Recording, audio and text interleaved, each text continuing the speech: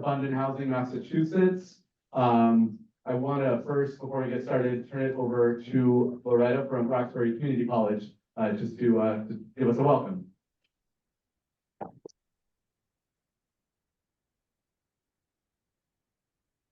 Good evening, and I'm really glad to be here this evening and welcome all of you to Roxbury Community College. Thank you for being here this evening and setting aside some time to actively engage in the democratic process. As a longstanding member myself of this community, 30 plus years, and deeply proud of Roxbury's historic strengths and its vital role in Greater Roxbury, our college stands as a hub for civic, cultural, and educational engagement. And it's a place where community voices come together to learn, lead, and make a difference. Under our current president, who's been here now a year, President Jonathan Jefferson's leadership, RCC remains steadfast in its commitment to connecting residents and expanding opportunities that uplift our entire community. Tonight's forum represents that mission in action. Events like this are essential in ensuring that our voters have the information that they need to make informed decisions. There is truly no substitute for hearing directly from the candidates themselves about the issues that matter most to you.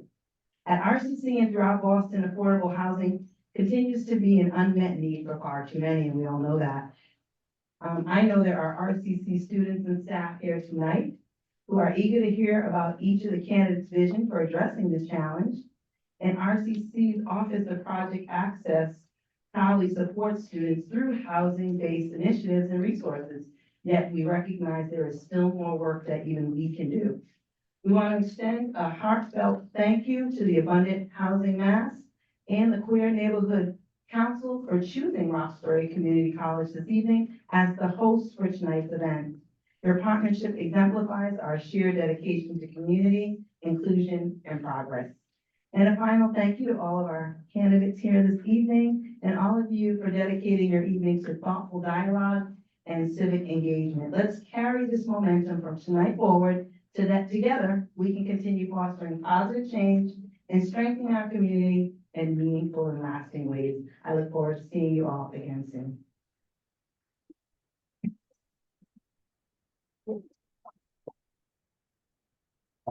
Thanks again to Loretta and Roxbury Community College for hosting us tonight.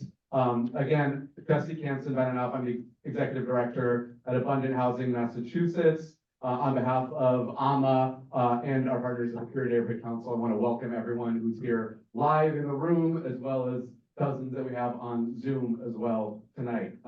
Glad that we can make this forum open and accessible to everyone. Abundant Housing Massachusetts, we're a Boston-based statewide pro-housing advocacy organization. We believe that every community in Massachusetts, every neighborhood of Boston should be open and accessible to everyone. Unfortunately, that is not the case in communities around our city and around our state. We know that we face an extreme shortage of homes throughout Massachusetts, and that shortage is driving cutthroat competition for housing. It's driving up the cost of rent. It's making home ownership inaccessible to more and more people. We at Abundant Housing Massachusetts have worked both on Beacon Hill, at Boston City Hall, and in city and town halls across Massachusetts to make sure that the rules and regulations that govern the homes we build allow affordable and reasonably priced homes to be built in every community. It's a severe crisis that we have. We're proud of the work that the city of Boston has done in recent years to invest in affordable housing. We think even more needs to be done. Folks may have seen that earlier this week, we released a poll that was conducted by the MassInc polling group of residents across the city of Boston and how they think about the challenges in housing facing our city, and found that even in this political climate where it's hard to find agreement on anything, over 80% of Boston residents say more needs to be done to make housing affordable and make sure that we can build more reasonably priced homes in every neighborhood of Boston. I want to invite you, after this forum, to check out our website, abundanthousinggma.org, to learn more about our organization, in particular, our agenda for the city of Boston. Look forward to hearing from the candidates tonight about their vision for making Boston a more affordable and accessible city for everyone. And so I think with that, I am going to turn it over to our moderator tonight, Boston Globe housing reporter, Andrew Brinker, to moderate this conversation.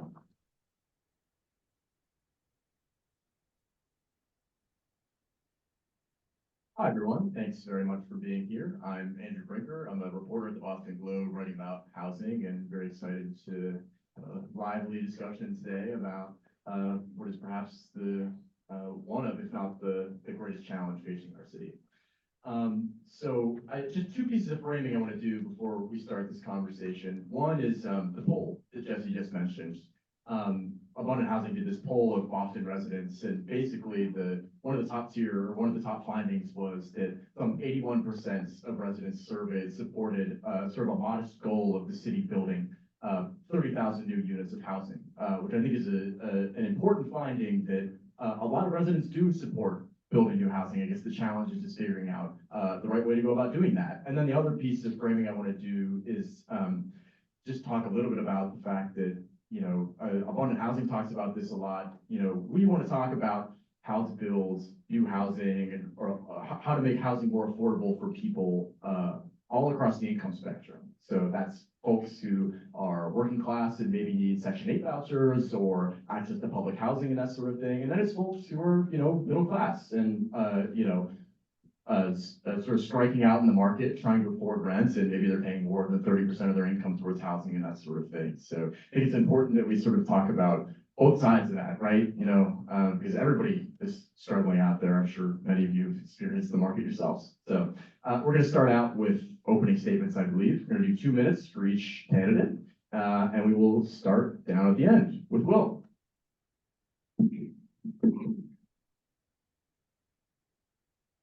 They on? All right. Well, thank you. Good evening, everybody.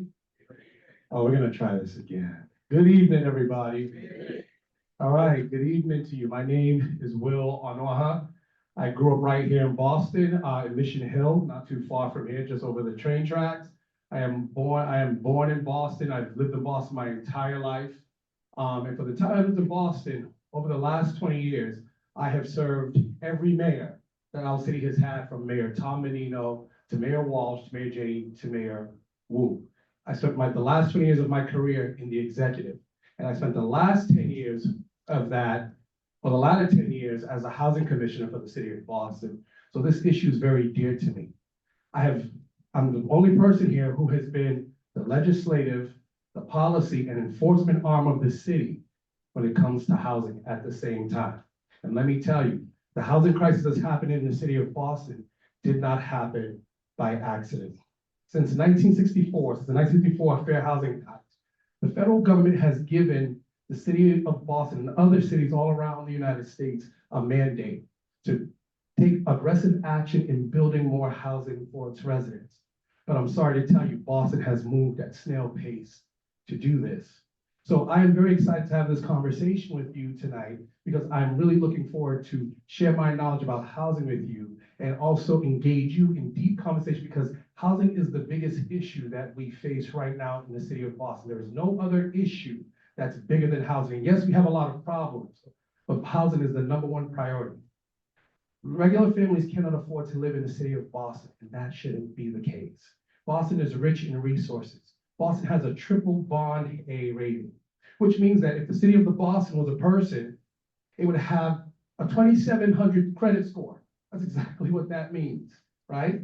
That's exactly what it means. And in a city that is so rich, why are we so poor in our deliverance of how we take care of our residents? So I'm really looking forward to have a great conversation with you tonight. Thank you for being here. I'm excited to be here. I am running for Boston City Council at large, and give me an opportunity to earn your vote this evening. Thank you.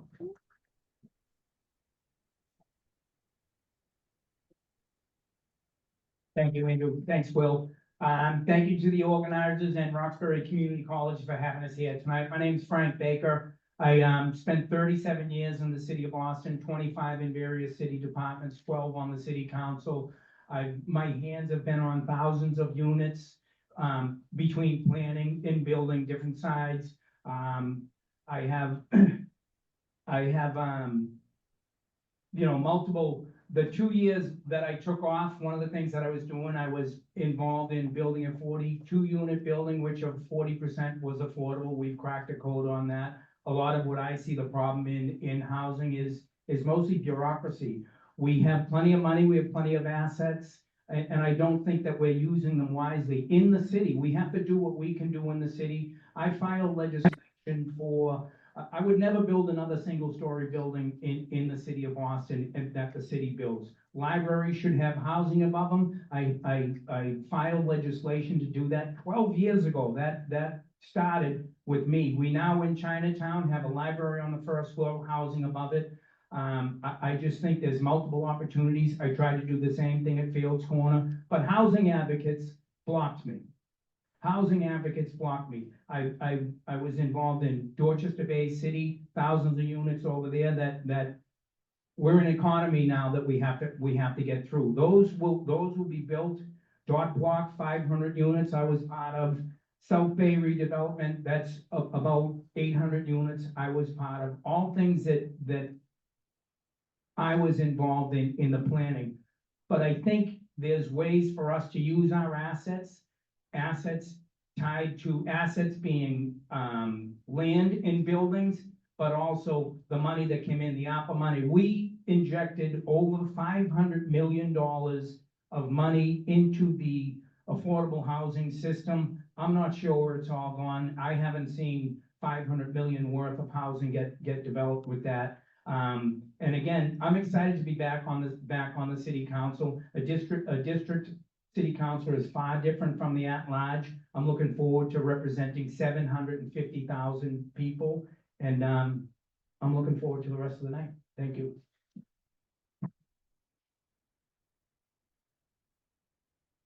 Great, and just, sorry, one other piece of housekeeping. We have Sean up there with the flag. When you hit your 2 minutes, he's gonna wave it.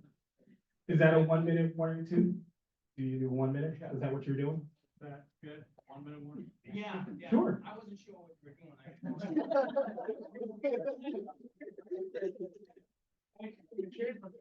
You haven't seen that coming back. Yeah. Awesome. Hey, how you all doing? My name is Marvin Mativier. I'm running for Boston City Council at large. Let me tell you a little bit about myself and, why housing is important for all of us here.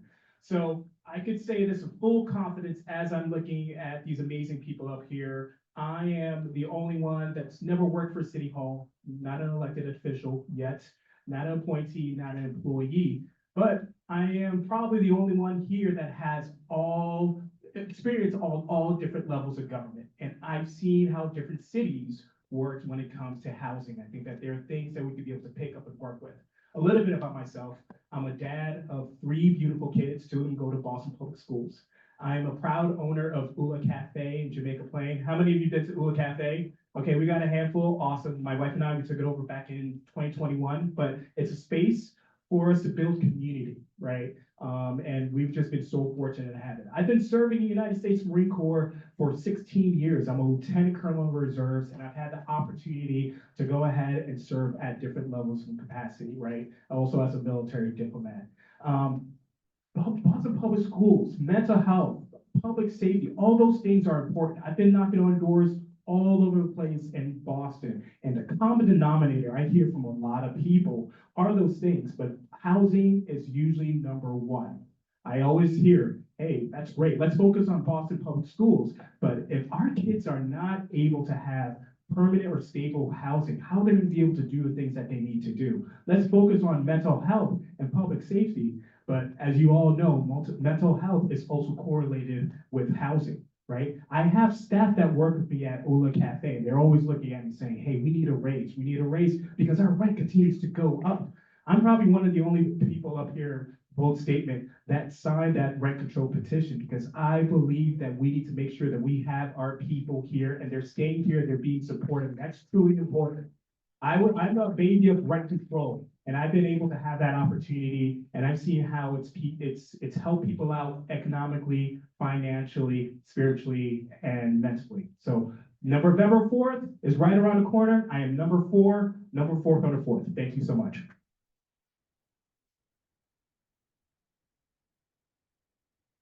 Good evening, everyone. Buenas noches. My name is Alexandra Valdez, and I'm running to be your next city council at large in the city of Boston. I am a mom. I was born in the Dominican Republic, immigrated to Boston at the age of 10. And I like to say, from immigrating here to now being able to say that I've been from living in Roxbury and Mattapan and JP, and now in Hyde Park, I've been able to learn a little bit of what to love housing looks like in our city. I believe that every single family should have reason to live in our city. Every single person should not have to feel like they can't live in our city because they're being pushed out. And every single person should feel safe going home every single day because they know that they're going to come back to a roof over their heads. I am looking to be able to have an insightful conversation with every single one of you, but also speak with my colleagues about the importance of advocating for more housing in our city and for bringing more people to the conversation. I believe when we bring community to the table early, we are able to create great things for our city. Thank you so much, and I look forward to a great conversation. Are you on your mic back?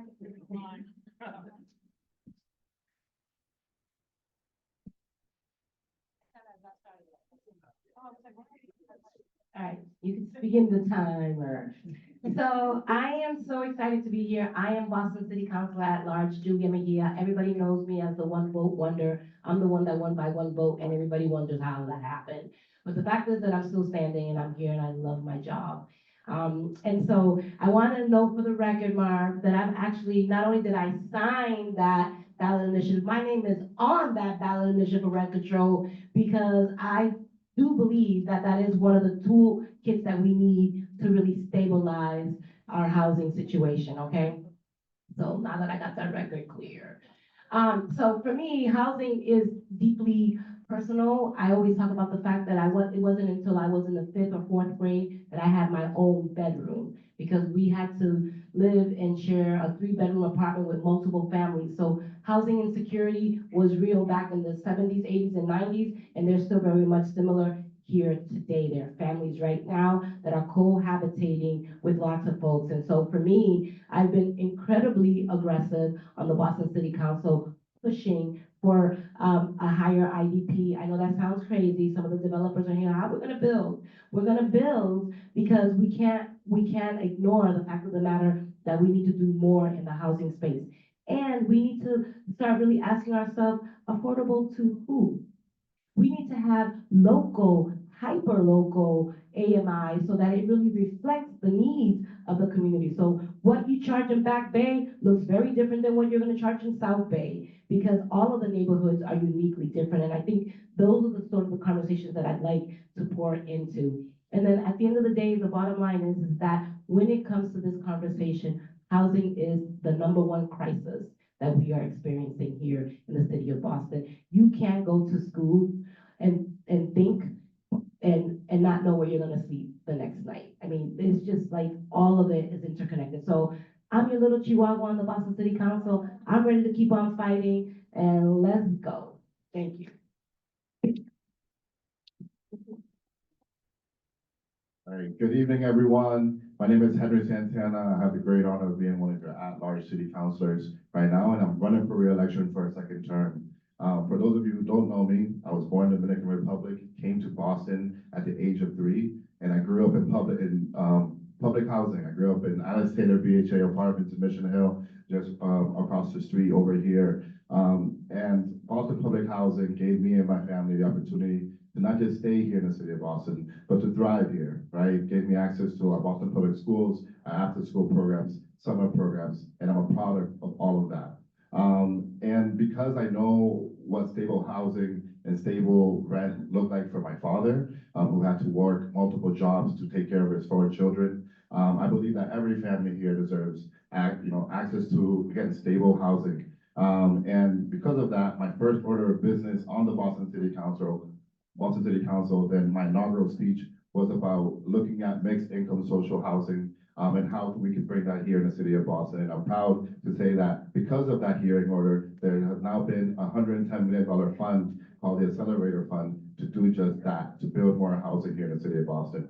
Just recently, over the last few weeks, I've been filing legislation for housing. I've looked at how do we legalize triple deckers, right? That's already a fabric of our great city here, and they're currently not legal. If you wanted to build one tomorrow, you can under our laws right now. We also filed a hearing order to see how do we legalize ADUs, right? For people who want to be able to, seniors who want to be able to age in their own homes, for their young children to be able to age there, for our immigrant families, for our working families to stay here. And I've been a housing champion on the Boston City Council because of my housing story. I don't do this work alone. I've partnered with Abundant Housing themselves to bring Austin, Texas council and mayor team here to look at the things that they're doing over there. So we are doing a lot. I'm looking forward to the conversation tonight, and I'm humbly asking for one of your 4 votes at large. Thank you.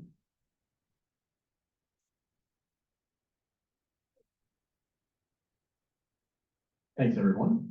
We're going to start with a couple of open questions that anybody can jump in, feel free to jump in on, and then I'll direct some specific questions to specific candidates. And we are going to stick to 2 minutes per answer. So I think a good place to start would be, I want to ask you all about what do you see as sort of the main factors that are driving prices to the point that we're seeing in the city of Boston specifically, that being both rent prices and home prices.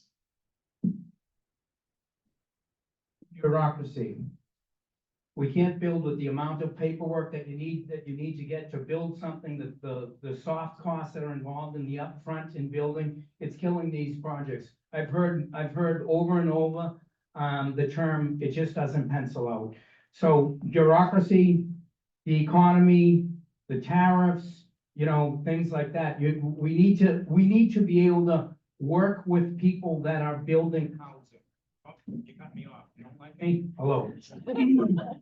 Yeah, so I would say the number one thing is bureaucracy. We need to make it easier for people to build.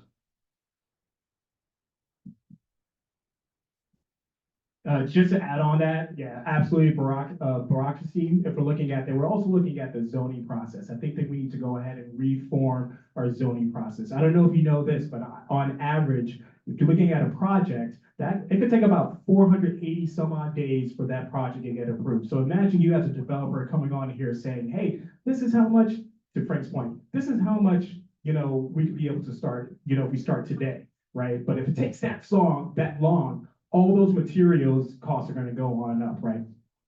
Those are issues that we need to be mindful of. So making sure that we're reforming, having more of a streamlined zoning process is something that's important. That's going to help us go ahead and build more.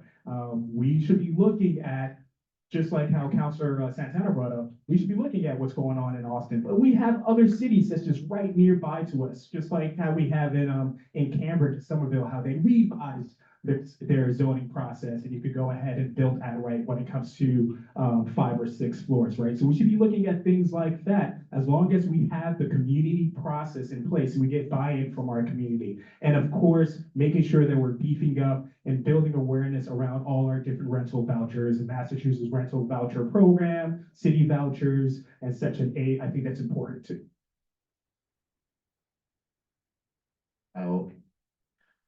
I won't repeat the thing because I agree what's being said. So I'm going to add something new to the conversation. I said I grew up in Mission Hill. Mission Hill doesn't look like what it did before. We have a lot of college students who are now living in some of our neighborhoods, right? And we welcome college students. We want to keep them. We want to make sure that they're staying here and investing in our city. But our universities are not building enough housing for their students. And what's happening is that landlords rather rent out to students who can pay a lot more money and put a bunch of students in a housing that was meant for families, that were meant for residents here. So, I think having to work with our universities and for them to build more housing for their students and, really try to take away, give back the housing that belongs to our families. Can I? Ladies and gentlemen, a memo guy told you I was the former housing commissioner. And all the things the other candidates said are partially true.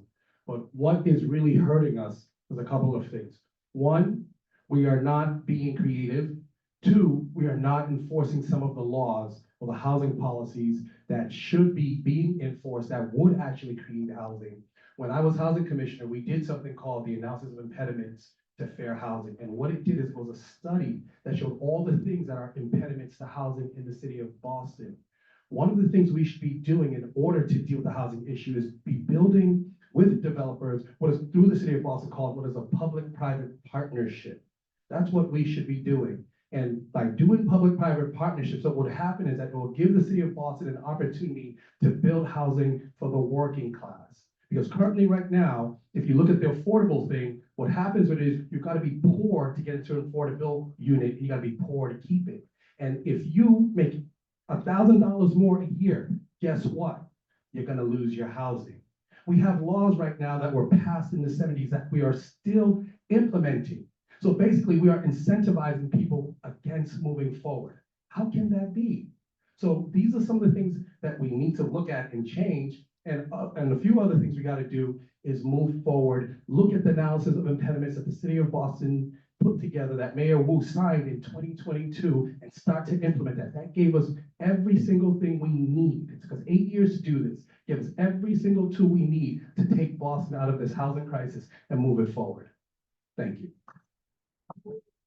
Okay, so because all my colleagues have already said really great things, I'm just gonna add two things. One is the fact of the matter is that there is an elephant in the room, the not in my backyard syndrome that the city of Boston has. Y'all, if y'all wanna keep it 100%, there are a lot of things that are preventing us from building, and some of it is oftentimes that please do this somewhere else.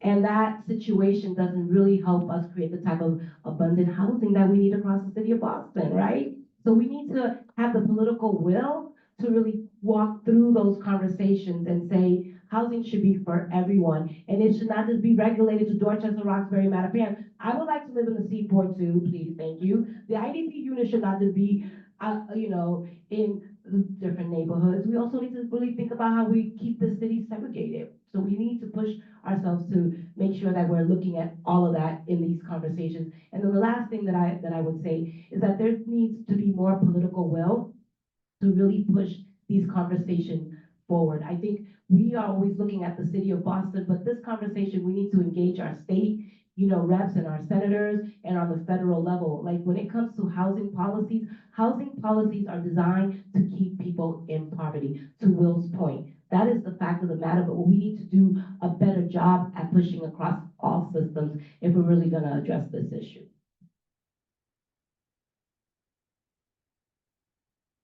The last thing that I'll add to this is, raise your hand if you have attended more than one abutters meeting for one project.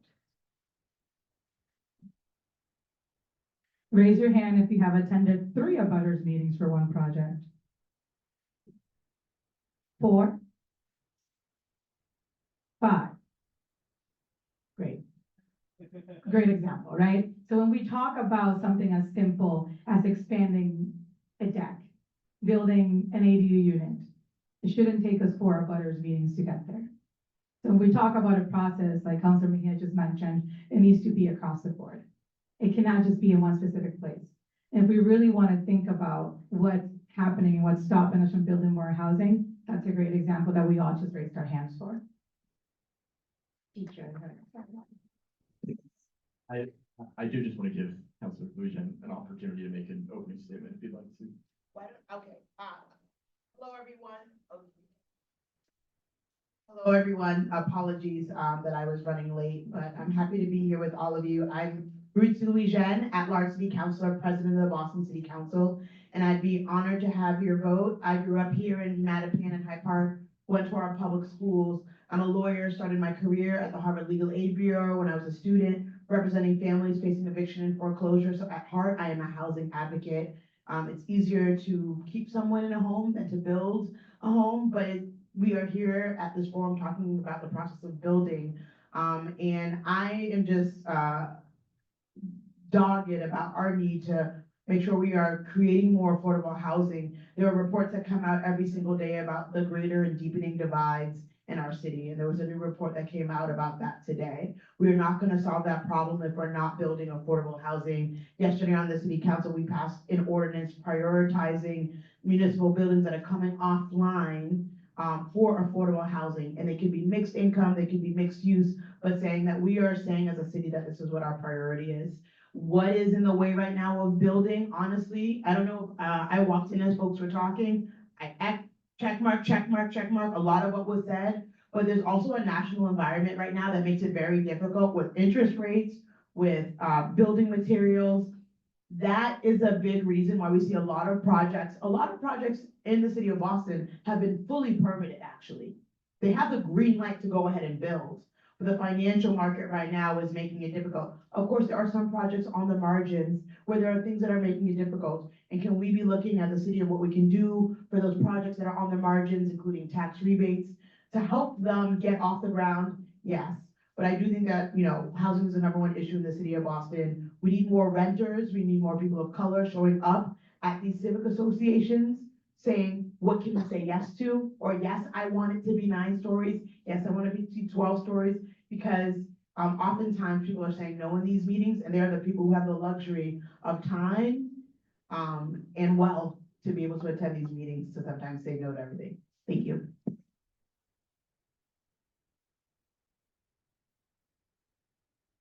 Thanks. This is another one that anybody can feel free to chime in and answer. I wonder if anybody can think of a housing development, a specific development project that they supported recently, and if there were any particular attributes about that project that they thought were great and want to see applied to other projects throughout the city. Yeah, there's one, and I'll just say the Fairlawn Apartments in Mattapan. That was a story in 2017. The residents in Mattapan fought for Fairlawn Apartments to have a commuter rail stop. That commuter rail stop is the Blue Hill Avenue commuter rail, and they fought and they fought and they fought, and it became transit-oriented housing because they got a commuter rail stop. Black and brown folks and their advocacy. They get the community, now it's transit-oriented housing. A developer purchases the complex of more than 300 residents, 300 units, and then they try to sell it. They rename the area Soma, right, south of Mattapan. Right? They try to rebrand a neighborhood of Black and brown folks who fought for this transit-oriented housing, and they then were trying to sell it at a profit and push everyone out. The city of Boston, alongside with money for private foundations, money that we, the Boston City Council, and ARPA invested in the Acquisition Opportunity Project program. We had hospitals giving millions of dollars into this fund to prevent displacement. And a for-profit developer has an affordable side, Related Beals, affordable side, ended up buying this complex finally after years of struggle and protest, and that prevents displacement. Again, it's easier to keep someone in their home than it is to build a new home for them. And that was a project that I was so glad to support, and I think is a model for what we need to be doing in the city of Boston. I'm looking for the name of the developer, but I can't find it. I know her first name is Dariella, and she worked on this project at 1463 Dorchester Avenue, where it has a bookstore at the bottom, and then upstairs they have housing. And it's such a great model of what it looks like when you work with community to build something that is a vision centered in what community is looking for. I think they did an amazing job. It's right down the street from Phil's Corner Phil's Corner train station. And so their thoughtful design and making it community center, I think was a really good example of what that looks like. And right now, Dariella, she's gonna kill me because I forgot her last name. Remember Dariella? Captamega, ay Dios mío, ya tú sabes. That's her last name, y'all. But she is Afro-Latina, Dominican, who has been building here in the city of Boston, centering low-income Black and brown people and creating opportunities not just for affordable housing, but for affordable home ownership, because we have to also start thinking about pathways to building wealth, and she's been doing just that.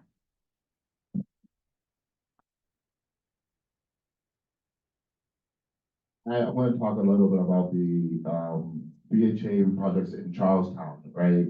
And again, I grew up in Alexander BHA apartments. I'm a proud product of it, but I also know that it doesn't always deliver high quality housing, right? If something gets, if you need something fixed, right, it doesn't necessarily come the next day. And everyone deserves I believe housing is a human right and everyone deserves access to high quality housing and everyone deserves access to the amenities that we're seeing, all the new housing that's being built. So if you actually look at the Charlestown VHA apartments, we've been able to redevelop them. If you drive by them, they look like they're luxury apartments. And the thing I hate about VHA apartments is that if you drive by them, you can identify that that's where the poor people live, right? That's where low income people live. And again, everyone deserves high quality housing. So when I'm looking at supporting different projects and supporting affordable housing, I'm also looking at making sure that they have amenities that everyone can enjoy, especially our low income communities.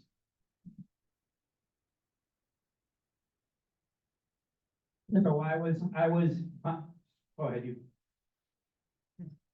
Is it on? Oh, there we go.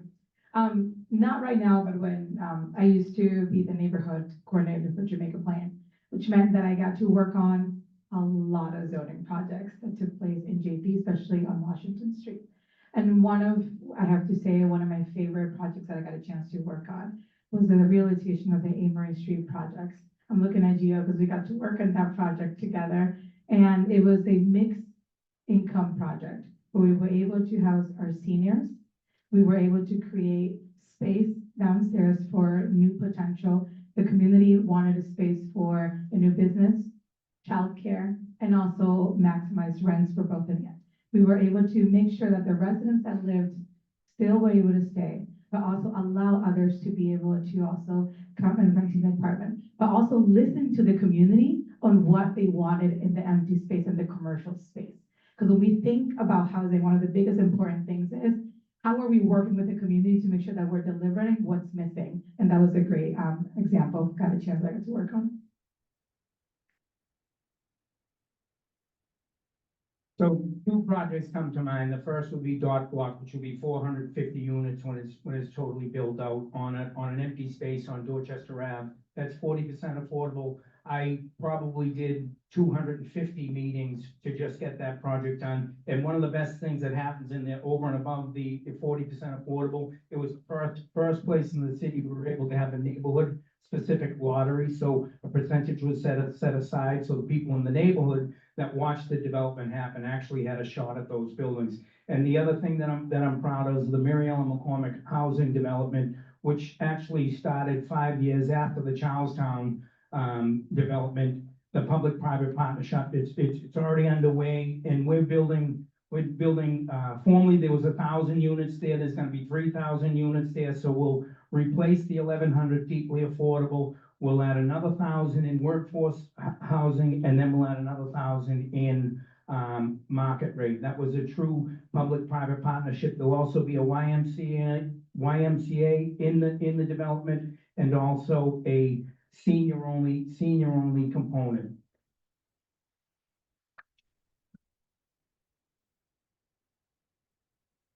So you actually jogged my memory here because I live in Eggleston Square, so Washington Street, and if you're feeling familiar with that, there's a lot of development that's going on, continue to go on in that area, especially around Washington and Green Street corridor as well. So with me within Eggleston Square, I used to be part of the Jamaica Plain Neighborhood Council, and I was one of the co-chair of the housing development. So I remember some of these conversations we have for some of these developments. I'm thinking specifically, I think it's 3135 Washington. It's right off of Boylston on Washington. And I remember there were a lot of discussions on that, exactly how we could be able to go about this, what this is look like, especially at the storefront level, right? If we're gonna have a business going there, let's make sure that our community has first right of refusal, right? Let's make sure we're not going elsewhere to bring in businesses to go ahead and support that neighborhood. And we echo that with other developments within the area. So now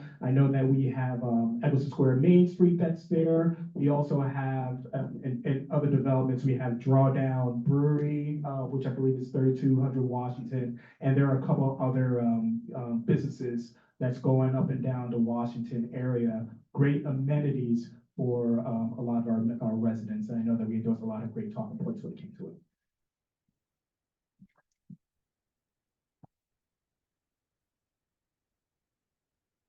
Great.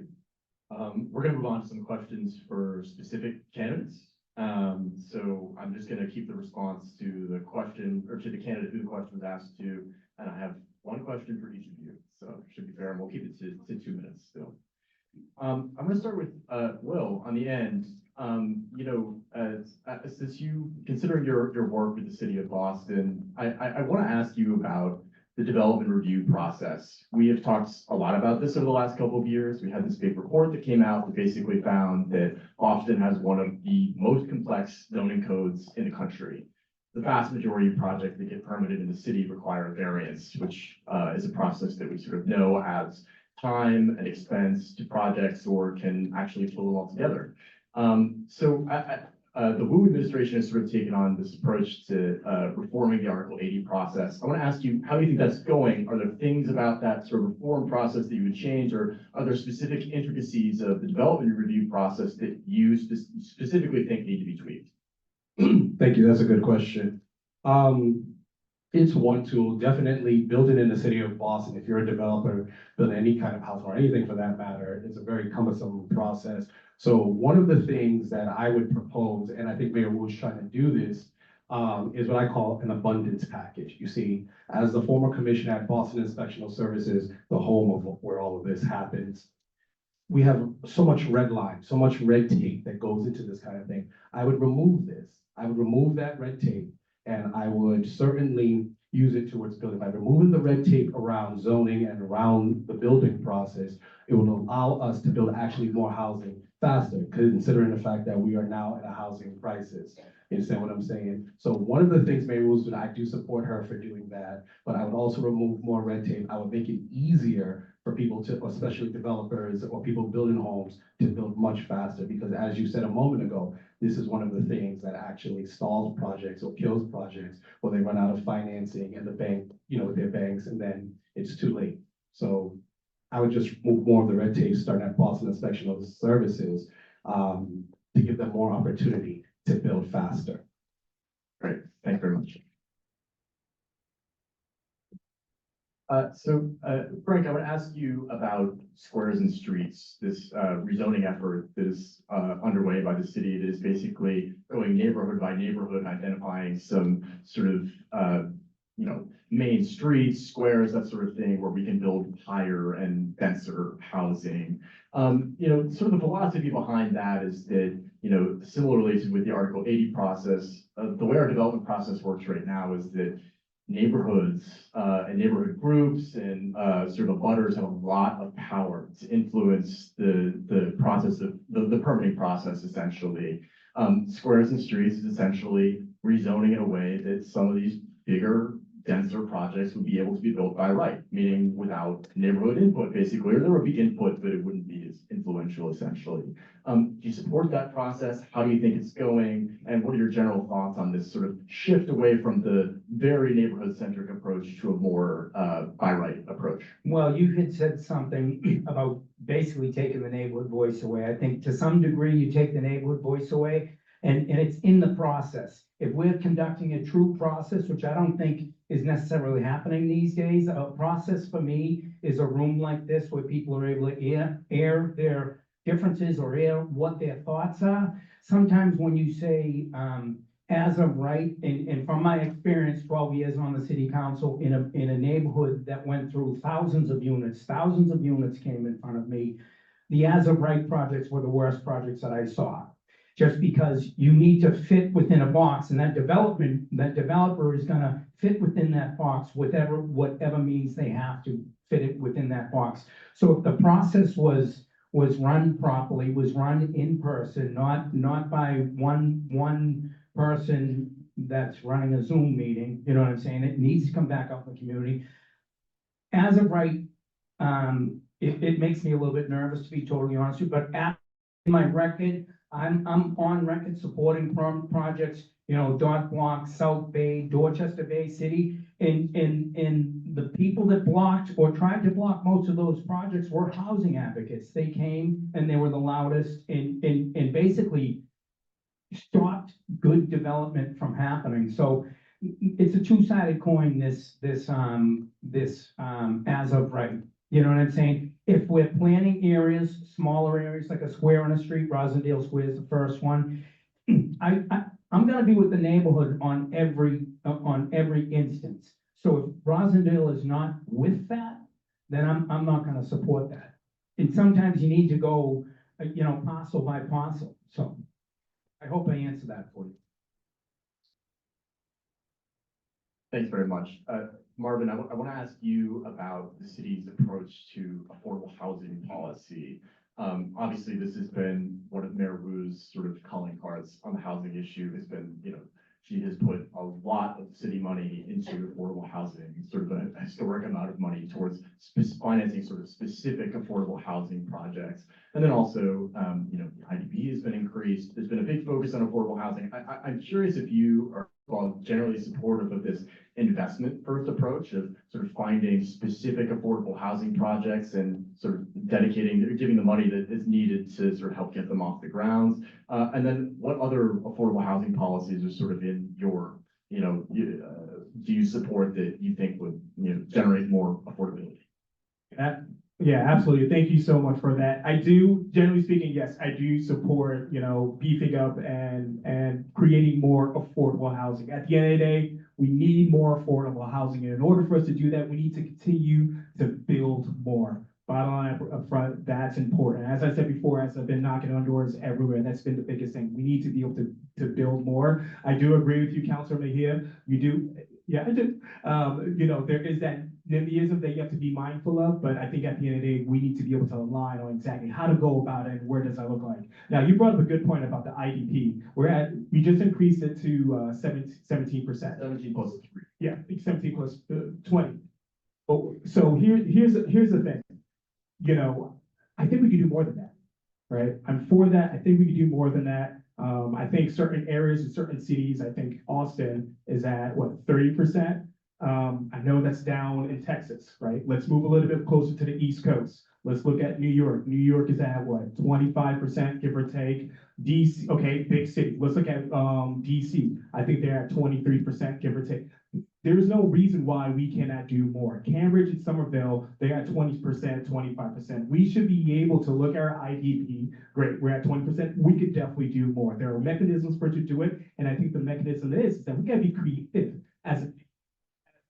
we have to be creative as a city council or as a city, right? We have developers saying, hey, we cannot make up that gap. Okay, cool. As a city, we need to be creative to ensure that we're doing that and we're making that happen. Other cities are doing it, we could do it. I think the biggest thing that we need to be mindful of as we continue to build, we need to be careful for displacement.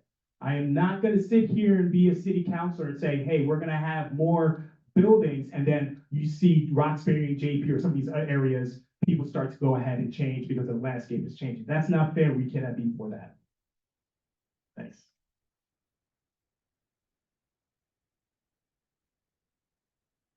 Alexandra, I want to ask you about accessory dwelling units. Obviously, Massachusetts recently passed, or the legislature recently passed the Affordable Homes Act, which basically legalized ADUs up to a certain size, detached backyard ADUs up to a certain size by right on residential lots across Massachusetts, except for Boston. We've been working on, the city, I should say, has been working on ADUs for a while. It's been a sort of slower neighborhood by neighborhood approach. Do you support just sort of broadly legalizing ADUs across the city as Massachusetts did? Like, do you see this as sort of the low-hanging fruit that some sort of housing advocates have talked about? Or do you think we should continue with the sort of slower neighborhood by neighborhood approach? Yeah, that's a great question. And I'll start by saying this. I want to be able to have my parents age in my home to be able to help me build. And I want to make sure that they're okay living with me. So if the answer to the question is, I do agree that we should be fully legalizing by right. If I decide to have enough space in my home to be able to leave my parents to live with me, or any of you who are here, then you should have the right to do so. You should have the ability to do that. And that's what this is all about, right? Having these conversations to make sure that we are addressing these issues. Like we continue to say, if we want to continue to cut back the red tape, we need to allow residents to be able to create spaces where we are creating multi-generational homes. Because if we're not doing that, then we're going to continue to see people leaving our city every single day. And if we want to continue to say that we're creating a Boston that's for every single person that's here, then we need to make sure that we're allowing these homeowners, we're allowing people who have purchased their homes to be able to give back to their own families, create that generational wealth, and give back to the community one way or another.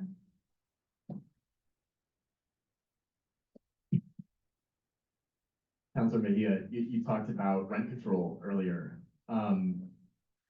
Obviously, the city has tried on a couple of occasions to pass rent control. It seems to sort of get up to the legislature And it dies. and not get passed, right? It dies.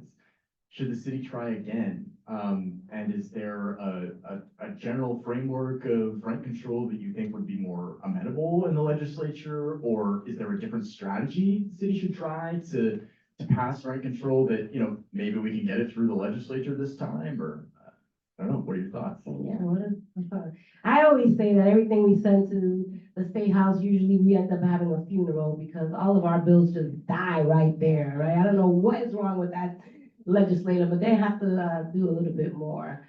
But anyways, no shade, because I do have some colleagues out there who are really trying to work really hard for us. It's just, there's a lot of politics when it comes time to really do right by the city of Boston. And so I think that that is, for me, one of the number one priorities. As you may not know, I made a joke when Mark said that he was the only one that signed it. My name is on the ballot initiative. I said, let's go. You know, I was really proud to support the ballot initiative. And I think that what we're doing right now is trying to identify all the tool kits that we have in our kit to be able to do that, whether it be through the ballot, you know, whether it be through, you know, the home rule petitions. But I think that the city of Boston, I think that we have an opportunity to look at our own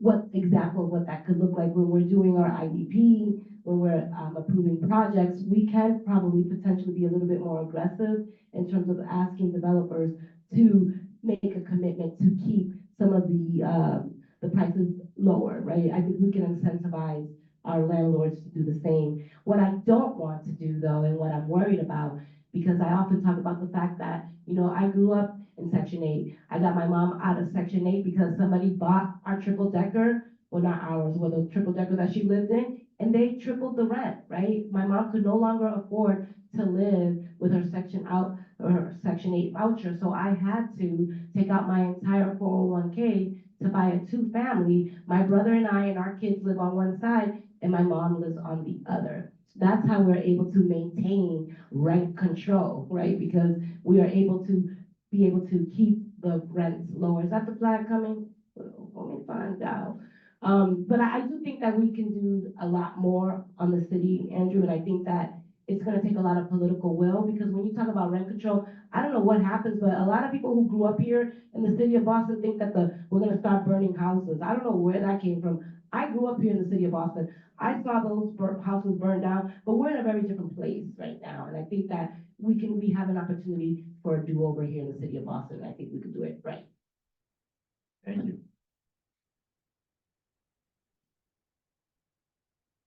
Councilor Santana, I want to ask you about parking. Obviously you put forward. Should it be an easy one? So a couple of cities in Massachusetts, and obviously there are quite a few cities nationally now, I believe, have sort of come to the conclusion somewhat recently that parking is a major expense that contributes to, at the bottom line, making developments more expensive, because it costs an unbelievable amount of money to build just one parking space. I mean, some of the numbers are truly shocking, especially if it's underground parking.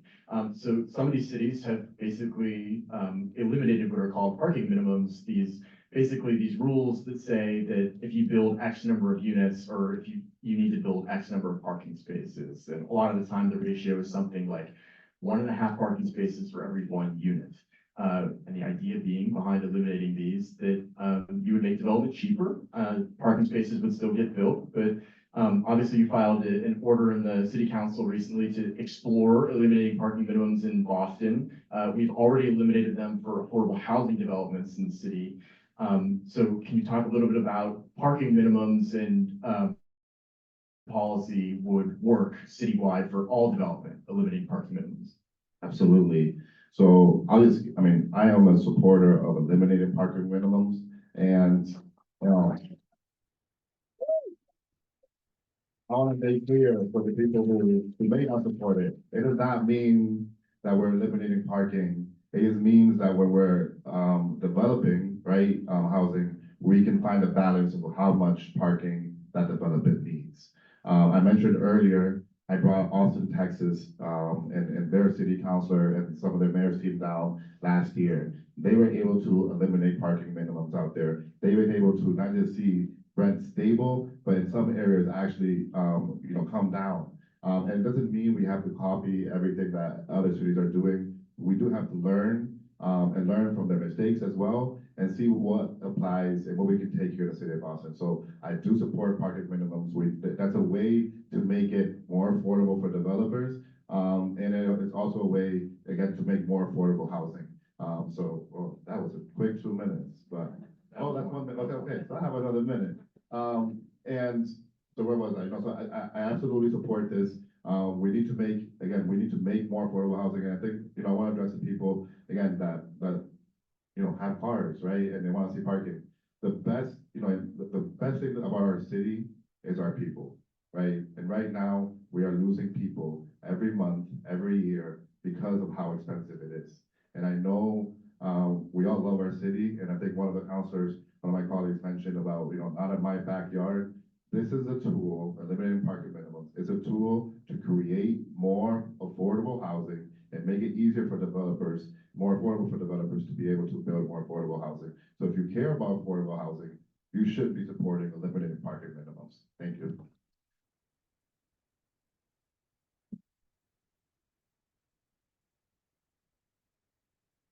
Thanks. Councilor Louis-Jean, I want to ask you about the inclusionary development policy.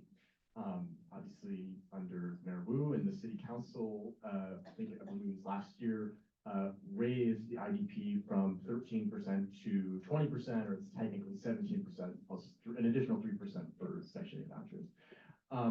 For folks who don't know, the inclusionary development policy basically says that for most market rate housing developments, you have to build X percentage of affordable units, as long as the development is above a certain size. So in this instance, it now means that most market rate developments need to include 20% of their units need to be set aside in affordable rents. We've obviously heard some complaints from developers that, this increase in the IDP is adding expense to projects at a time where it has also become very, very expensive to build, due to some factors in the economy like interest rates and cost of borrowing, et cetera, et cetera. So I am curious your thoughts on where the IDP is at right now. Obviously, IDP is, on the other hand, it's an anti-displacement tool. It's a tool for generating affordable housing out of market rate projects. How do you feel about where it's at right now? At 20%, are we too high? Are we too low? Are those concerns from developers about the costs legitimate? Thank you for that question. I think I kind of addressed it when I was first answering, but to just be very clear, IDP is housing. It's not housing that's supposed to be for very low income people. Very low income folks, that's the role of the federal government to be doing the work of public housing. IDP is really supposed to be for like working professionals, working people in the city of Boston. That's how it was first created.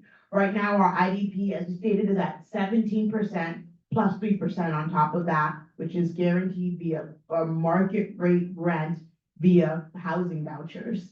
And so I think that where we are is just right. It doesn't mean that there aren't other things that we can do. So, people will say, oh, 20% IDP, that's requiring the private market to be doing the work of developing affordable housing and doing it at 20%. That's so that when you see a high rise or a luxury building going up, you can know that at least 20% of those are affordable units, unless they pay out, but that's another topic.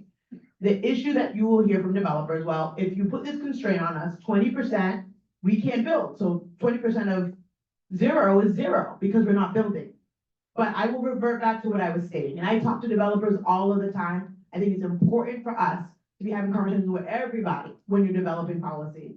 There are very few developers that tell me that it is because of the IDP policy that they're not able to build. That's not what's happening. It's a cop-out, actually, for people who don't want to do the work of affordable housing and people who want, frankly, larger profit margins. There's a lot happening in the market right now that makes it more competitive and harder. You know, investors want more of a return on their money, so is housing the best place for them to put it? Those are greater market forces that are happening. Again, there are cases on the margins where perhaps if we helped with tax rebates or did something to help some developers where they really do feel constrained by this 20% IDP, there's work that we can do. But on the whole, and I've talked to unions about this, affordable developers, market developers, on the whole, I do not believe it is the IDP, and the research does not show that it is the IDP policy that is preventing the cranes in the sky that we want to see. It's larger market forces. Once those larger market forces calm down or abate, and we still don't see development happening, get at me then. And we can see if it's the affordable housing policy, the IDP policy that is really the constraint on building the housing that we need in the city. Thanks very much. All right, we're gonna go back to some open questions. Anybody can answer these. Not everybody has to, but feel free to jump in. So I want to talk about housing production more broadly. Obviously, the rate of production in the city is down for many, many reasons, quite a few of which were just stated. You know, the economy is in a tricky place right now. Developers are having a hard time making projects pencil out. I'm wondering if you folks think it would be a good idea for the city to establish a hard housing production target over X number of years. You know, the state has done that. They have said, I can't remember exactly off the top, I think they said 222,000 units by 2035, I believe is the state goal. So should the city have one? So I'll take that. The city does have one. During Mayor Marty Walsh's time, Boston said something called Imagine Boston 2030. It says we're supposed to build 70,000 units of housing by the year 2030. Today, we've only built 5, maybe 6. We're only like 5% of the way there. So Boston already has it. We just haven't, we're just very, very slow in how we've addressed being aggressive about building housing. The second thing I would say is that, you know, rent control is not the answer. And if not for anything else, take Boston, let me tell you this. I was the housing commissioner. Rent control is a slow poison. You understand what I'm saying to you? This is what creates gentrification in neighborhoods, and here's why. One, if you're not any landlord, what first thing it does is that mom and pop landlords cannot keep up with it. That's the first thing.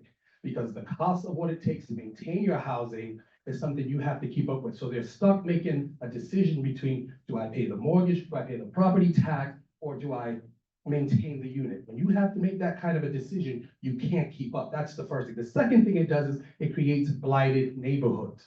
What happens then is developers and people who own units, they condolize them. So it drives the housing stock down. This is what it does, because they condolize it.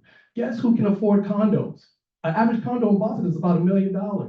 It's none of this money. I bet it's none of the people in this room. So when you do that, all of a sudden, what happens is that you slowly begin to sell it to people who can. And then what happens? Gentrification starts moving in. So this is why rent control is not a good thing. It got abolished in 1994 by the state for this same exact reason.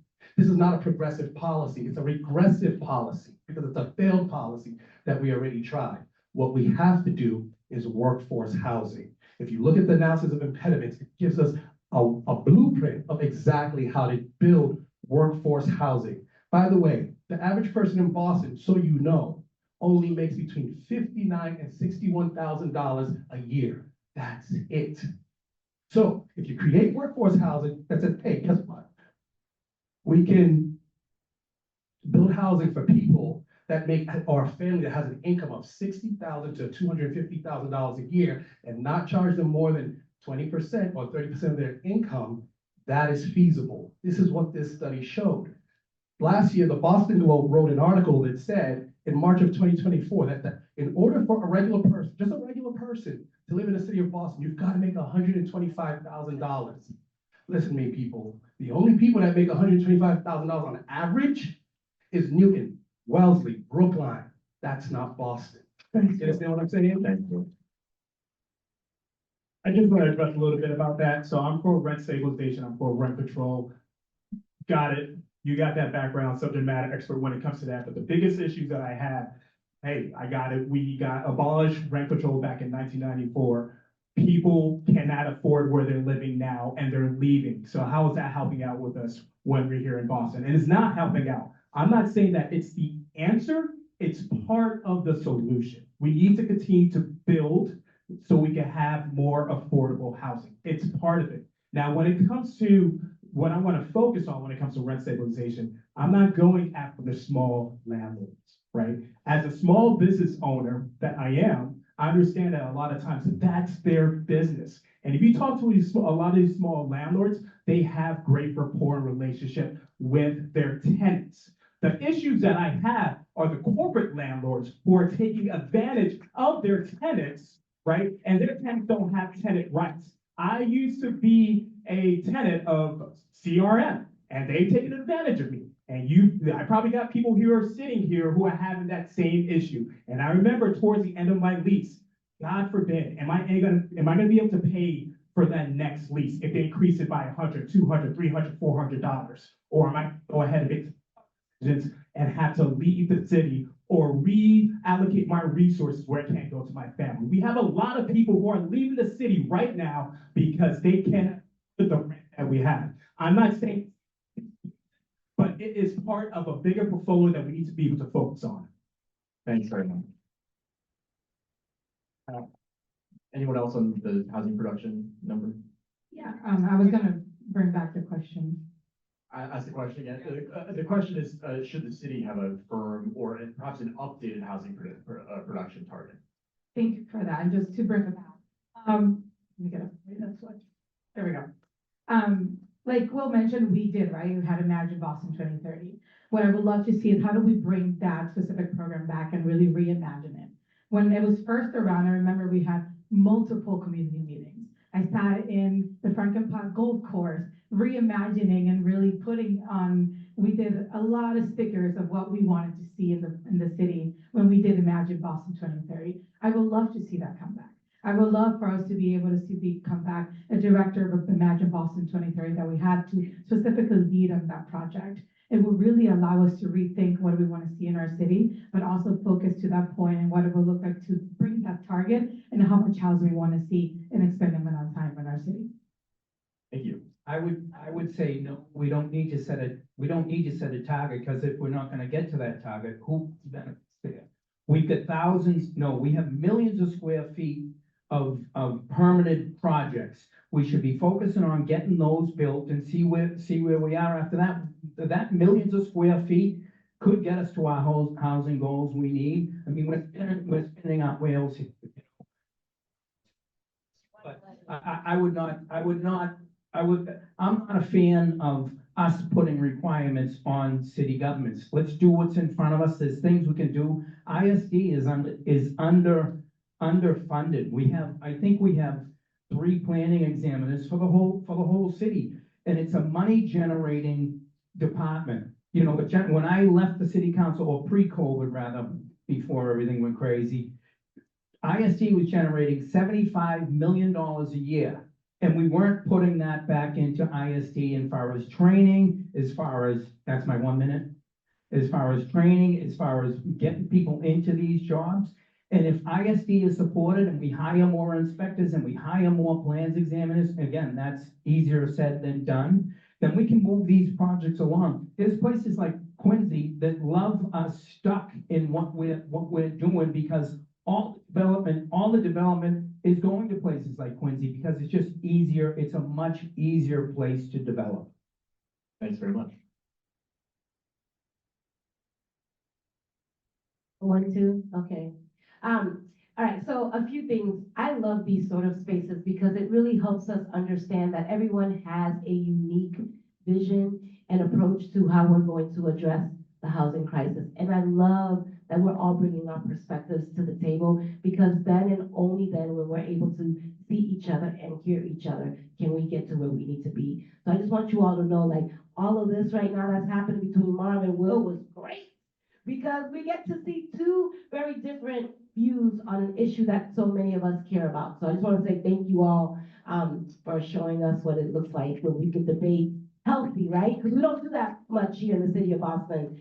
but I gotta stand up for this one because we are talking about building more. I would love to see, we have a lot of existing stock already. 2 family homes that we can start doing more with. It doesn't have to be big skyscrapers that we're building here. We need to really start thinking about homes that are already existing and remodeling those homes so that we can start working with what we already have. We have to start thinking outside the box because what happens with development, it always is all or nothing. And I think what we need to start thinking about, looking at all of these schools that we're gonna go through mergers and we're no longer gonna have, right? Like, how do we start looking at the creative process of development that does not begin and end with a big developer coming to town and putting up 3,000 buildings that we can't afford to even look at, right? That's not real development right now. What that is displacement, you know? And then the other piece of it is that when I worked in the education space, all the parents that I worked with right now, you know where they live at? In Brockton, and Stoughton, and Randolph. And you know what's happening to those parents? They still work in Boston. We need to start really thinking about development without displacement. And if you're going to develop here, we're gonna tax you every single time you displace one of us. How about that? I think they'll start thinking twice about what development looks like and making sure that we stay here. And I know that's not popular talk, right? But at the end of the day, the bottom line is that we're gonna have to be a little bit more aggressive with how we handle this situation. Because all this talk is a lot of blah, blah, blah, and everybody's being displaced out of the city of Boston. So I think we need to get real about these conversations, and I think we need to start really thinking about the political will that is needed. I'm gonna shout out Michael T. Thomas in the back there, right? Trades Not Guns, right? These are folks who are out here the People's Academy are trying to build here in the city of Boston. There are lots of innovative ways for us to do that. And I know other people went over, Andrew, and you didn't thank them, okay? So I think I should know. But I'll be quiet now. I'm gonna move on to another question. I'll give anyone who didn't have the opportunity to answer that one the first opportunity. I want to ask about the role of students in our colleges and universities in the housing market. Obviously, our housing market sort of revolves around students, right? Like most of the leases in the city turn over on September 1st, right around the time when all the students come back, and some of our universities and where pockets of students have moved have played a role in displacement and driving up housing prices. But at the same time, students are also powering our economy, right? They're really important, and the colleges and universities power our economy. So I want to ask folks if they have thoughts on how we can do a better job of sort of handling the student population in the housing market. Is there an obvious answer there that we're missing? At the mic again. I won't use 2 minutes. I'll just say really quick. Is that I'm looking at Harvard, I'm looking at BU, I'm looking at Northeastern. I am looking at all of these institutions that are not paying their payment in lieu of taxes, but they're occupying blocks. And I think what we need to really start doing is holding those institutions accountable when it comes to housing conversations. And I think that there is really an opportunity and an appetite for us to be a little bit more aggressive with those, because they need to pay their fair share of taxes and they need to make sure that they're taking care of their students. Thank you. So, to Councilman Mejia's point, I do support some of that, but I was the commissioner who dealt with the student housing issue for the city of Boston. Let me tell you this, the first thing we have to do is require the colleges and universities to build more dormitories so they can house their students. The problem with the student issue is this. When you put students, especially in neighborhoods, what ends up happening, and Professor Barry Bluestone did a study on this, which was sent to the city council a couple of years ago. What ends up happening is that it artificially inflates your property taxes because the house door, the landlord redoes it, charges about maybe $15,000 to $20,000 a month because you've got 5 bedrooms, kids are just paying it, right? Because it's cheaper to live off campus than it is to live on campus. And then what ends up happening is they end up taking all the housing stock in the neighborhood. And at the same time, you, as the homeowner, it makes your property taxes go up because the city, starts to read like the neighborhood is better and think that your property taxes now go up. It's an artificial inflation. So this is why we have to push the universities to do that, not to mention at Northeastern. I helped them with their institutional master plan. This is one of the things Mission Hill fought for vehemently. You understand what I'm saying? So get an institution, do more of that, then we'll be able to help with some of the housing stuff. Thank you very much. Councilor Santana? So yeah, I took this in one of my earlier answers because I've lived it, I see it, what's happening in Mission Hill and in multiple neighborhoods here. We need to make sure, I think the framing of the question is weird. Our students are not responsible for this, right? It's the university students to be able to build more housing, and they don't want to build for their students, they need to build in our community as well then, for our people. I think the responsibility that our students, and for any students who are out there, is learn how to be good neighbors, right? We want to welcome you into our neighborhoods. We want to make sure that you're part of our neighborhood. So that means you want to also make sure that you know the neighborhood, who's living in there, what kids are there, what seniors you're affecting by whatever activity you're doing. So that's the message that I have for the students. But the message that I have for the universities, which already have been echoed here, is that you need to build dorms for your students. And some of them are, but what they're doing is that they're over-enrolling in their student body, right? And then it forces students who want to go to these amazing universities. You're talking about Berkeley, Northeastern, Harvard, right? I don't blame the students. If you get accepted into those schools, you want to make, if you don't get a dorm, you're gonna rent, right? But we need to force, and we need to really hold our universities accountable. I think pilot is something that's been talked about for how many years, and we haven't done anything about it, right? So we really need to figure out a way to really hold these universities accountable, and to build more housing for their students. Thank you. I agree with a lot of what my colleagues up here stated. I will state though, that I think, to be honest, some of it is on us in the city, enforcing. There are IMPs, institutional master plans, that these colleges have where they commit to building those dorms, and it just never happens. And so there's an accountability measure that we need to be doing on behalf of the city.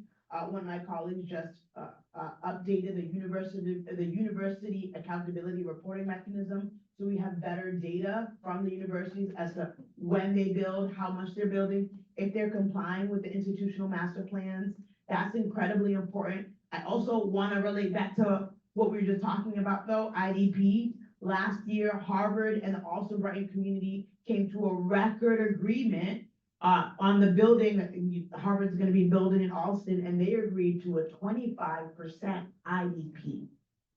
So it's possible for them to do the work of building that and building market housing. And so we have to do a lot of that. What we have, a lot of our students are living in these triple deckers, which is what we call naturally occurring affordable housing for a lot of people that are, where they're paying below market rent. And so it puts a bunch of students in competition unfairly with families who are just trying to get by. That's why the work of building is really important. So Councilor Santana filed on permitting triple deckers, right? To allow more people to be able to build, to have those options for families that are being taken away in part because universities are making students compete with families just trying to make it in the city. So I think more housing, it solves the problem, more accountability solves the problem, and also making sure that, I think there are some other concerns with pilot, but before we even get there, do what you said you were gonna do. Thanks very much.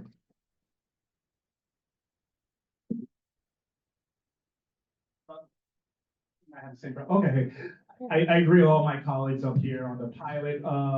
So thank you so much because you stole my thunder. I was going to bring the pilot there. So, but, I agree with everyone, what you said there. And I want to use a couple of examples, right? Especially when it comes to Harvard. I've been, working a lot with, up at Alston Brighton. Shout out to Counselor Liz Breeden with the work that she's doing up there as well. But a lot of people I talk with up there is that they feel that they're not getting their fair share, right? You have you got institutions just like Harvard, just go ahead and move it on in.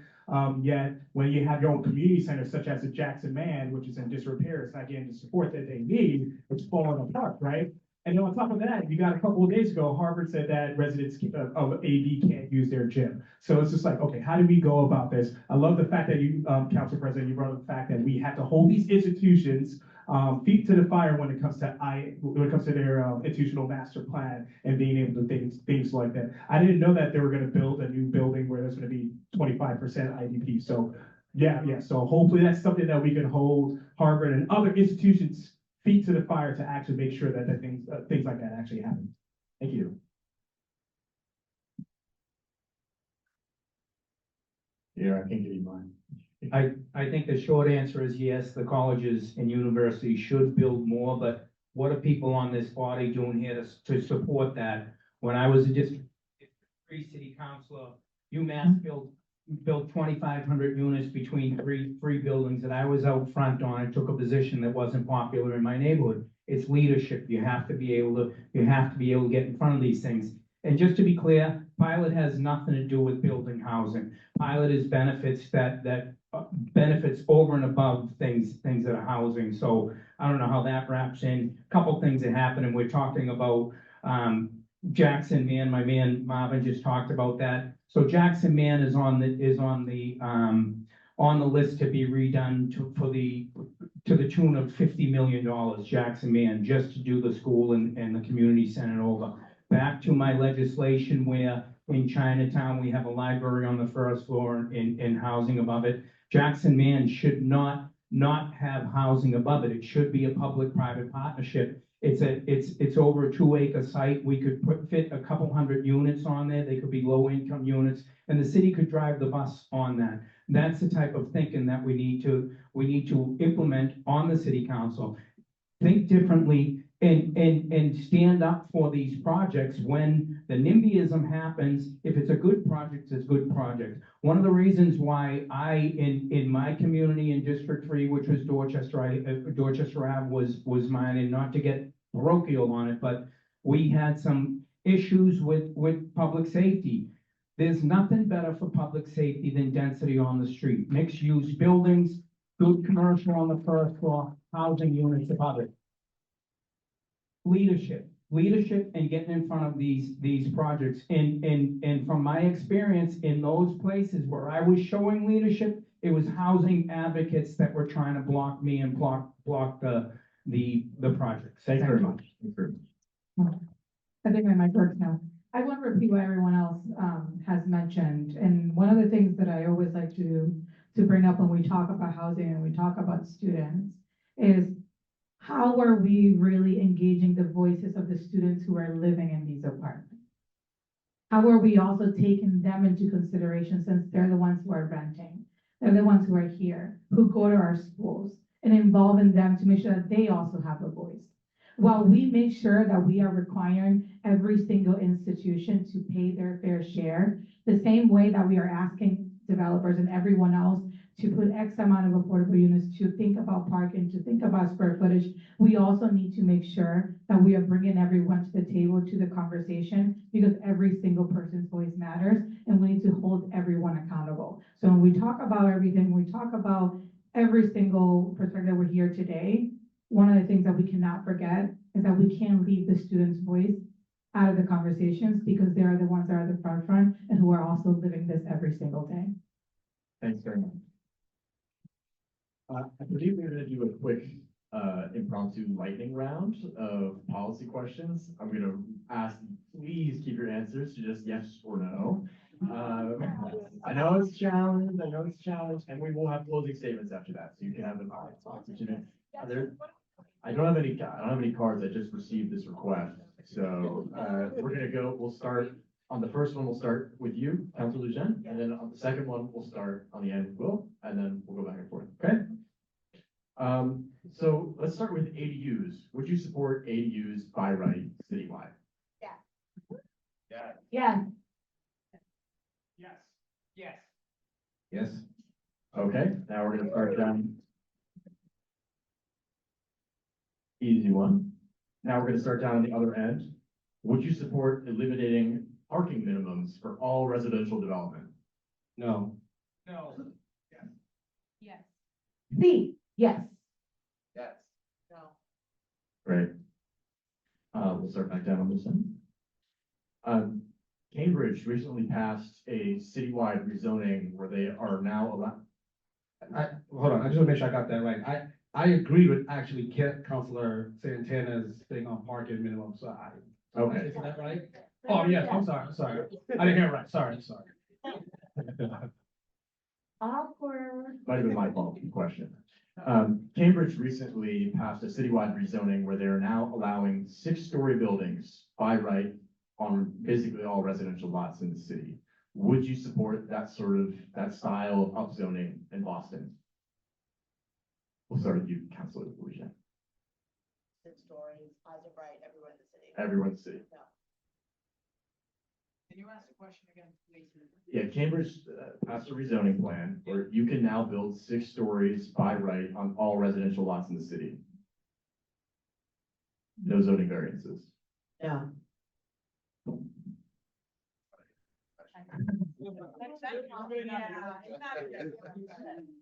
See, I follow the rules. I have a lot to say about everything, but. No. I'll say no. It's just not No. You're supposed to say no or yes. Negativo, The no. tricky one. Certain areas where it could work. No. Absolutely not. Okay. Maybe, that's not fair. It's a very.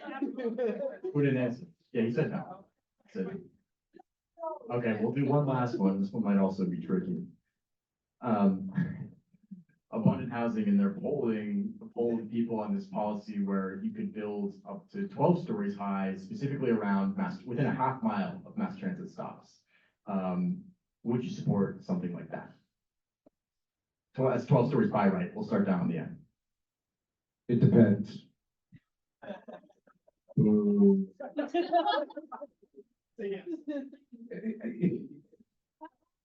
Listen. In some cases, yes, in some cases, no. No. Listen, there's a lot to that. Okay. No.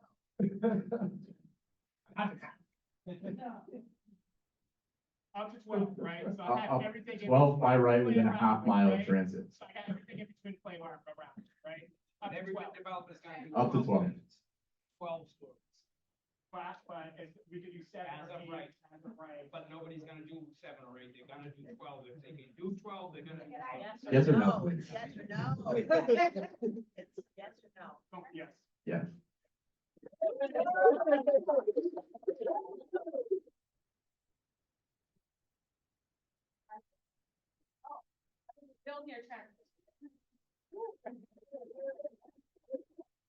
I had to understand, what's the difference? We said no to 6 and I was saying yes to 12, but the 12 comes with transit, so yes. Yeah, Yes. Okay. Thanks. That was impromptu. Okay, now we'll do, I think we still have time for closing statements. I think that would be fair. We'll do 2 minutes still, I believe. And we'll start on this end. Thank you so much, everyone, for coming out. I thought this was a really great conversation with my colleagues. I care deeply about housing, about building more housing, about building more affordable housing. I believe that we have to have conversations with our neighbors about what can we say yes to, what can we agree to. Sometimes the change that we want to see is more incremental than any of us would like, but I'm happy that I supported Plan Mattapan, which allowed for ADUs in Mattapan, and we see that working really well, additional dwelling units. I am a daughter of this city. I love serving the city. I love advocating for housing. My father's right here. He still owns our childhood home, and that is naturally occurring affordable housing in Mattapan. We need to make sure we are supporting our small landlords and supporting them to make sure that they can continue to provide housing for people here in the city of Boston. I'd be honored to have one of your 4 votes so I can continue doing the work of advocacy, of trying to bring all people along and figuring out what we can say yes to. I do believe that as a city, we have a responsibility to develop. We have a responsibility to grow. We just have to make sure that when we're doing that, we're not leaving and we're not blocking out our working class residents and our Black and brown residents who have helped us build this city. So thank you so much, everyone. Thank you to Abundant Homes. Thank you to the TQNC for co-sponsoring this event. Again, I'm Ritu Wijen, at-large city councilor, president of city council, and I would be honored to have your vote on November 4th. Thank you. Thank you, everyone. Thank you, Abundant Housing and TQNC for hosting us, and thank you all for coming and spending your night with us and learning about talking about housing. My name is Henry Santana. I'm running for re-election for the Boston City Council, and I am humbly asking for one of your 4 votes. When I first ran for this job, it was never a 2-year commitment, right? I've been prioritizing our youth and our young people, and that means I want to make sure that our young people and our youth are able to stay here in the city of Boston, and that means we need to build more housing so that way our young people can stay and thrive here in the city of Boston. I am a candidate for public housing. I am a product of our city. I am an epitome of what happens when the city invested in its youth, and I want to make sure that all our youth have those same opportunities. I'm going to be clear here. Boston residents have a decision to make this November 4th. Do we want to invest in the future of our city, which I believe is myself, or do we want to go backwards, right? And I don't think the city of Boston wants to go backwards. I think we want to continue moving forward. I am that future candidate. I'm the future, well, I'm not the future of the city, but I am the future of the city. I am humbly asking for your vote. I love this job. I get to wake up every single day and serve the city that gave me and my family so much. So I am humbly asking for one of your 4 votes on November 4th. Thank you so much. So thank you so much for spending time with us this evening. I am City Councilor at Large Julia Mejia. I won by 1 vote in 2019, and I'm so incredibly proud that I always talk about the fact that I walked in there without political endorsements or the establishment, and I have been maintaining an independent voice on that Boston City Council because my job is to be the checks and balances, to be the voice of the people, and that's what I do every single day on the Boston City Council, and I do it unapologetically because I know who I am here to serve, and that's every one of you that is in this room right now, okay?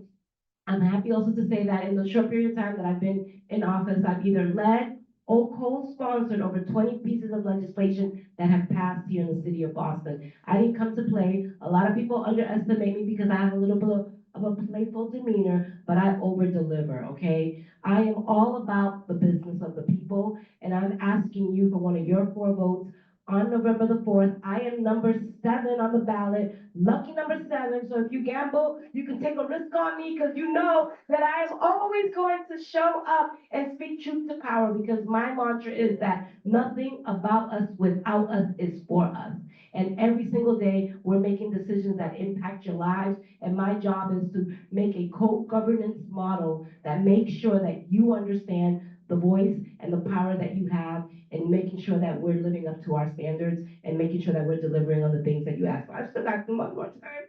So all of this to say, thank you very much. I love my job. I get to fight for a living. I've been doing it since I was 9 years old. I really do love to serve, and I'm asking you to consider giving me one of your 4 votes on November 4th. Number 7, Julia Mejia.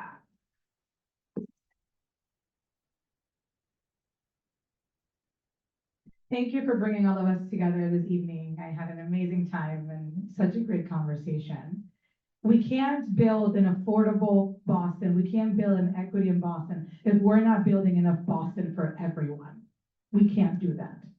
My name is Alexandra Valdez, and I humbly ask for one of your 4 votes in November. I am number 5 in the ballot. I have dedicated my entire career to be a public servant. I am a mom. I am a resident of the city of Boston, and Boston welcomed me and my family when I was just 10 years old. It allowed me to be a student, it allowed me to grow, and it allowed me to serve you for the past 10 years. It has allowed me to lead a lot of initiatives, a lot of policies that have affected hundreds of thousands of people in our city. It is time that on November 4th, when you go to that ballot box, you look at people who are truly going to serve you. You look at people who truly have the experience to have a bold position when it comes to the things that are affected by every single one of you. So this November, I ask you to please Look who you want to serve. Look who you want to lead. But most of all, look at who would you like to give a voice to represent every single one of you and what that voice comes from. You need a voice of experience, a voice who is not afraid to say the hard things, but a voice who understands and that will get the job done on day one. So I humbly ask for one of your 4 votes in November.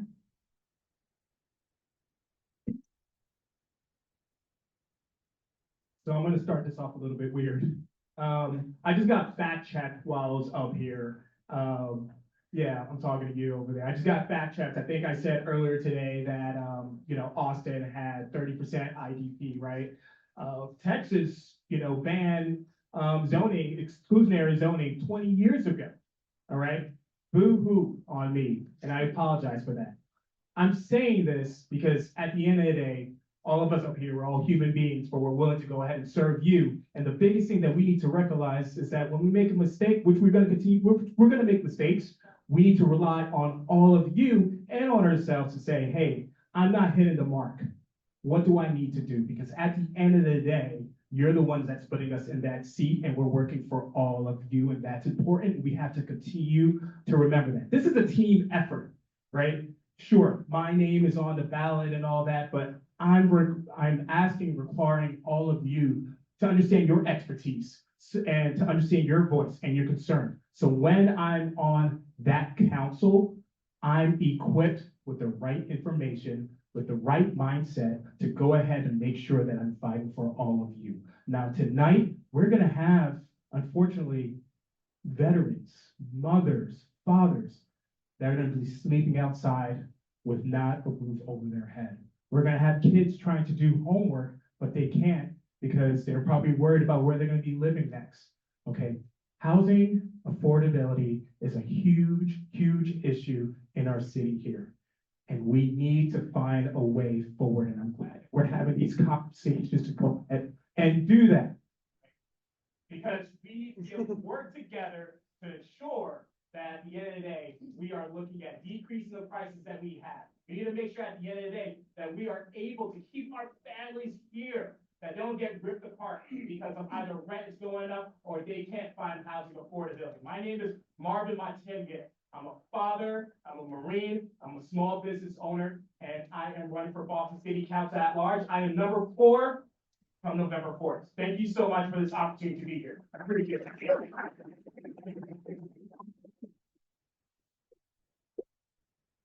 Thank you, Marvin. First, I'd like to take the opportunity to thank everybody for coming out here. Thank my colleagues for showing up. And also, I think we're all in agreement. We're all in alignment. We know we need to build more housing. It's how do we get there?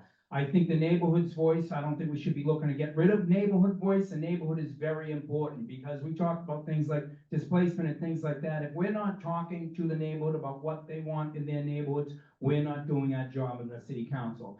That being said, I've got years of experience in the city and on city council. I don't need job training going in there. I've been involved in thousands of units that got built in my former district. I'm ready to start. I have ideas and things that I know what I want to do right now. So please consider me in November. I almost said October, we're in October, but November 4th, please. I'm number 8 on the ballot. I'm gonna work hard. I'm gonna return calls. I'm gonna show up to work.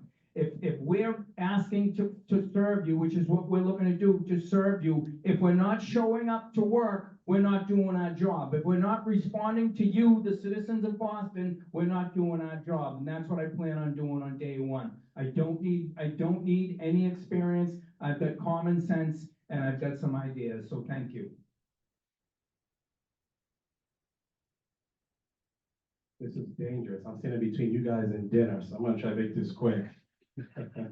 Even if you're hangry, just give me a second. No, but seriously, thank you, Boston. Thank you for being here this evening. I'm very passionate about housing because it is the greatest issue right now facing our city. I grew up right here in Boston in Mission Hill. I come from a large Nigerian immigrant family. My mom and dad are actually here in the audience. I grew up during the Charles Stewart era. I have lived an improper life. And Boston has given everything that I am today. And this is the reason why I want to serve our city. But let me be clear. You need someone who's gonna go into City Hall with experience and knowledge, especially on this issue. One of the things I didn't tell you tonight is that the city of Boston itself too has also been complicit in some of our housing issues. I've sued the city of Boston twice. The Department of Neighborhood Development, now known as the mayor's office, and BHA for housing discrimination. These are people who are over our housing. Just get a load of that. Get that in your spirit, Boston, for a moment. Housing is not a joke. This is a serious thing. And if you don't have someone in there who's willing to be bold, honest, and truthful, and hold the city's feet to the fire and say, this is what we have to do. Not for some, but for all. Right, Julia? All means all, right? That's right. So that being said, you need someone who's gonna go in there and fight for you. That's exactly what I'm gonna do. So thank you. My name is, remember, where there's a will, there's a way. I wanna know how to take it, and I can discuss it.